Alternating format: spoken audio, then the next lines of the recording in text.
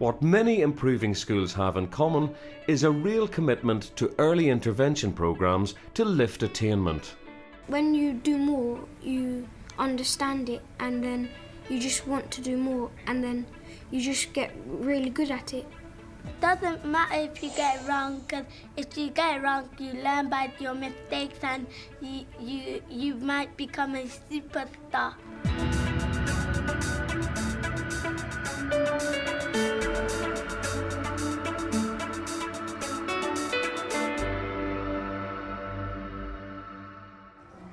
This year at Calverton Primary in Newham, its school improvement plan's focus is on raising the standard of writing at every level. And now I've got some sweets from my favourite shop and my favourite sweet. Teacher Sarah Fowle has some sweet methods to improve her withdrawal group's ability to write descriptively. Now with sweets, what senses are we going to be using to describe it, Maisie? You might be able to taste it. Kieran? You can feel it. Right, let's try some of those things. And as you're doing it, feeling it, touching it, tasting it, smelling it, shout out some of those words we can use to describe it. So do you want to take one? Yoni? It's a bit squashy. Squashy, that's a good word to describe it. Is that how it feels? Sticky. Sticky, excellent. So much easier to come up with words to describe things when you can see them, feel them, touch them. I think it's a very good opportunity to brainstorm, because actually if children don't have those words inside them and are able to use them and understand them, they're never going to want to write, because they actually have got a very limited range of language, and they've got to go through the whole multisensory experience of seeing what the word looks like visually. They've got to taste it, they've got to feel it, they've got to touch it, and they've got to be able to use all those senses so that to start make connections with it. Right, okay, so what we're doing now, we're going to go back to our sweets and thinking about sweets. We're going to take it in turns to go up to the board and write what we think is our best word that we came up with. Sweet. Juicy. Can anybody see what letter might have been missed out of juicy? Have you seen it? Have you seen one? Right, has she put that I in the right place? No. Where do you think Hafisa should have put the I, Dexter? After the U. After the U, well done. Spread them out a bit. Having thought about how best to describe sweets, the class now focuses on words to describe landscapes. So I've now written down my 4 features. So I've got sky, but I'm not going to use the old blue sky. That's really, really boring. I'm going to choose some really bright, would be better, bright. The bright sky. What else is my sky like? The cloudy, yeah. Colourful. Dark. Foggy. Beautiful. Dark. Beautiful. Excellent. So I'm going to choose about 3 or 4 of those words and just write them under sky. Even without the benefit of sweets as bribes, these Class 1 pupils seem to be enjoying a phonics lesson. How many sounds? Oh. Teacher Vicky King is using a national strategies promoted programme called Communication, Language and Literacy Development to enliven learning. Good. The national strategies and the letters and sounds document in particular have really supported the development of children's phonics. It's really clearly set out which sounds the children should learn in which developmental order, and shows you lots and lots of activities that the children can do in class, that the teachers can do with them to make that learning fun, but also to make it consistent. Right, rocket fingers. Get your rocket fingers. Okay, and I want you to trace that letter O. So trace the S for the sound and then trace the O for the O. Good. The idea is that some children don't just learn by listening and by looking, they learn by bigger movements, physical movements, and anything that's a little bit more fun and a little bit more interesting. Okay, let's put our timer up, 30 seconds. We're going to see if we can do more words than we did yesterday. So, Make, buy, get, I, outside, from. excellent. Wow, you smashed your record. You guys are getting really fast at these words. Well done. We were teaching a new sound today. They learn at least one new sound each day. So we look at the sound, we say the sound in lots of different words, and then read and write some words with that sound in. We've got the sound oi, And words that have this sound in. The boy likes his toy. At Calverton, cheap plastic sleeves encase the phoneme frames used to help children split words into individual sound blocks. This allows mistakes to be easily rectified. One of the important things for young children when they're exploring and developing and refining and practicing their early writing skills, their early phonics skills, is that actually we don't have permanency, because actually children are less likely to explore and experiment if things are always going to be there and they perceive it as being wrong. And using tools such as phoneme frames really help them to start thinking about, I can hear the sounds, how many letters can make those sounds, how do they fit into the boxes, so they start to make the relation between what they hear and what they see on the piece of paper or the whiteboard in this case. Calverton's success as an improving primary school involves frequent assessment of each child's progress. With over half their pupils having English as an additional language, early intervention can reap tremendous dividends. Let's look at the books and just to see where they're at. Right, well, the progress they've made this year is quite astonishing from September.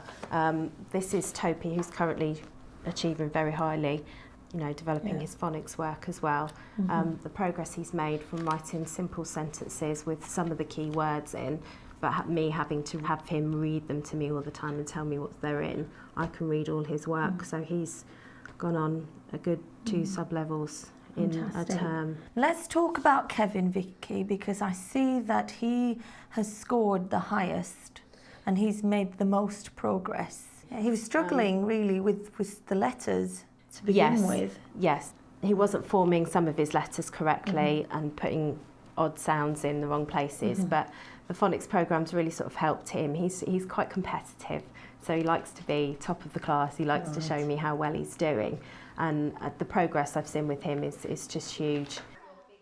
Heading northwards across London at Southbury Primary School in Enfield, an even higher proportion of children, 80%, have English as a second language. Here the school improvement plan's focus includes a whole school initiative called Talk to Learn. This is an early intervention scheme promoting communication and listening skills. And draw a line to the other side of the circle. Fantastic, Roisin. Good listening. Part of the planning is to actually structure questions, to give talk frames to the children, to help them to be able to articulate really clearly. So instead of, you might ask the children to talk about how Goldilocks feels, but then when you get them to answer, you'd say, for example, Goldilocks felt because, so they have to then think through and answer in it. Rather than just say scared, they will say Goldilocks felt scared because she saw the wolf, that kind of thing. What do you think could be inside the magic box today? I want you to use our sentence starter. I think that, with your partner, what could be inside the magic box? I think that. Talk to your partner. A vital part of Talk to Learn is the teaming of pupils with a partner. The pairing could be of a native English speaker with a pupil who has only recently arrived in Britain, or it could simply be 2 friends with much to discuss. There's a range of ways in which we pair children up. I mean, we leave that to the individual class teachers to find the pairs that they think will work best. Yeah, and then we was making a glittery thing. Yeah. And then you can decorate your own alien in it. Yeah. Using a good role model of English really helps them to develop their language. Also, the use of sentence starters with their partner helps them to speak in full sentences, which sometimes they do struggle with. So, what do you think could be inside the magic box? I want you to use our sentence starter, I think that. What could be inside the magic box? Zavi? I think that there will be them pop-out things. Well, what sorts of pop-out things, Zavi? When party poppers. We could have some party poppers coming out. What might come out of the party poppers, Zavi? Streamers will make a big loud bang. I think that in the magic box there is a present for all of us. Crucial to any early intervention programme is assessing its impact. Based on a national strategies Venn diagram, Esther G explains to her head and deputy head the refinements she has added to track one class's progress. It looks at their reading, writing and maths together. So what you can do, for example, these two children here are on track for reading and on track for writing, but not on track for maths. These two children are very easily targetable. Because it's just maths that they're not on track for. Completely. Gotcha, right. We've been able to identify the children. That's going to make a real difference to us because it's interesting enough, it's useful enough to know that there are two children who are on track for reading and writing but not for maths, but so much more useful to know who they are so that we can pass that information immediately onto the classroom teachers and they can do something about it. The other thing I've done with this is highlighted the children that are new to us. Yes, because there's a huge number in this cohort, isn't there? It's nearly half of them. What that shows you here is it's very clear that the children not on track for anything, reading, writing or maths, are mainly the children... The ones who've joined us later on. Yes. So, I mean, that's a massive thing for us. These two girls here, for example, are new to English and they are doing so well. So, you know, once they've been here for a bit longer, there's no reason that they wouldn't be making the desired grades. A version of this Venn diagram can be found on the Teachers TV website. At Preston Park Primary in Brent, the improvement plan focuses on personalised learning through the creative use of ICT. Learning is often disguised as fun, and pupils play a wide variety of maths games. I'm better than my mum and dad at this game, and I'm better at doing my numbers. Pupils who struggle with numbers can find their confidence is boosted by competing in Mathletics, a global maths game. It's based on children's mental math skills and it allows children to play against the computer or against the world. You've got someone in the United States. Wow. There's a country called America, and so if we want to win, so we need to get the sums ready and type in our laptop. In years 5 and 6, each class has maths forums. Homework and extension work for those needing additional intervention are all online. I'm on the maths page and I'm scrolling down to the forum when I ask Miss Luca if I have any worries, if she could help me. On the computer, pupils feel no stigma in asking for help.